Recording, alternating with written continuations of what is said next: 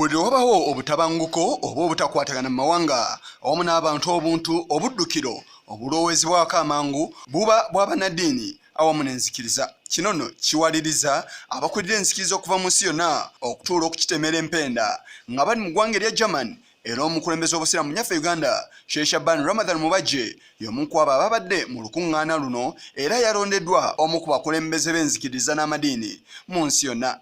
Bano bakkirizganyiza ku bintu eby'enjawulo omuli okukuuma emirembe, okukuuma obutonde bw'ensi, okukolagana ne gavumenti eziri mu mawanga gaabwe n'ebintu ebirala. Nanga bwe tuli mu nzikiriza zaffe ez'enjawulo tulina kubeera nga tugezaako okulaba nga ebiseera byaffe eby'omu maaso bituyamba bitugasa ffenna, kuba ffenna tukkiriza nti ensi eno Mukama Katonda yagitonda yajagala ebeerewo. Mufti wa Uganda era alina obubaka bw'awadde bannamawulire eri obumu n'emirembe mu ggwanga. Si muno twetaaga nnyo emirembe, twetaaga nnyo ffenna okubeera nga tuwangaala bulungi.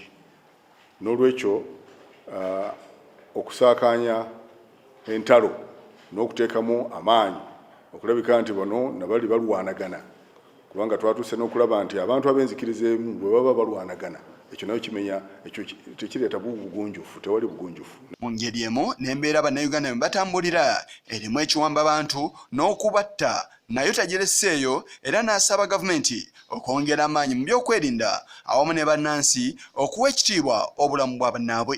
Okizanyisa bannange tukubira omulanga abantu muddemu omwoyo ogumanya nti ku nsi kuno si gwe weereetako ate ku nsi kuno si gwe olina okwejjako ate n'omunno naye Mukama Katonda yamuleeta yajja okumuggyako. Totawaananga kukola lukwe lwa kutta muntu. Gavumenti tugisaba wabeerewo ekikolebwa eky'amaanyi naddala okubeera nti ababa bakwatiddwa ne basingisibwa emisango babeereko ebibonerezo bye baweebwa, naye tetunaba kuwulira bibonerezo abantu abo baweereddwa. Ensonga ya Archbishop akyali omujja Samuel Stephen Kazimba Mugalumbowa nayo tagirese mabega. Tumuyozaayoza era tumusabira okubeera nti ajja kukola nga bw'abadde akola n'amaanyi mangi okulabika nti aleeta abantu be awamu ab'enzikiriza ate nga tukolaganira wamu naffe ffenna nga Inter-Religious Council of Uganda.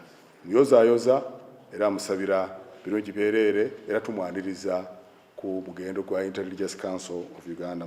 Ono era atendeeza Archbishop agenda okuwummula Stanley Ntagali abadde atambuza obukulembeze obwo, mwebaza ebyo byonna byasobodde okukolera eddiini ye n'eggwanga lino era n'okulabika nti ekolagana ebadde ennungi mu Inter-Religious Council era emirimu gibadde gitambula bulungi. Tumusaaliddwa naye ate ng'akyali mulamu tusuubira nti tujja kutambulira wamu. Ensinkano y'abannaddiini mu nsi yonna yatambudde wansi w'omulamwa ogamba nti osobola okubeerawo nga n'abalala we bali. Kigongo ku lwa Channel 44 olweggulo.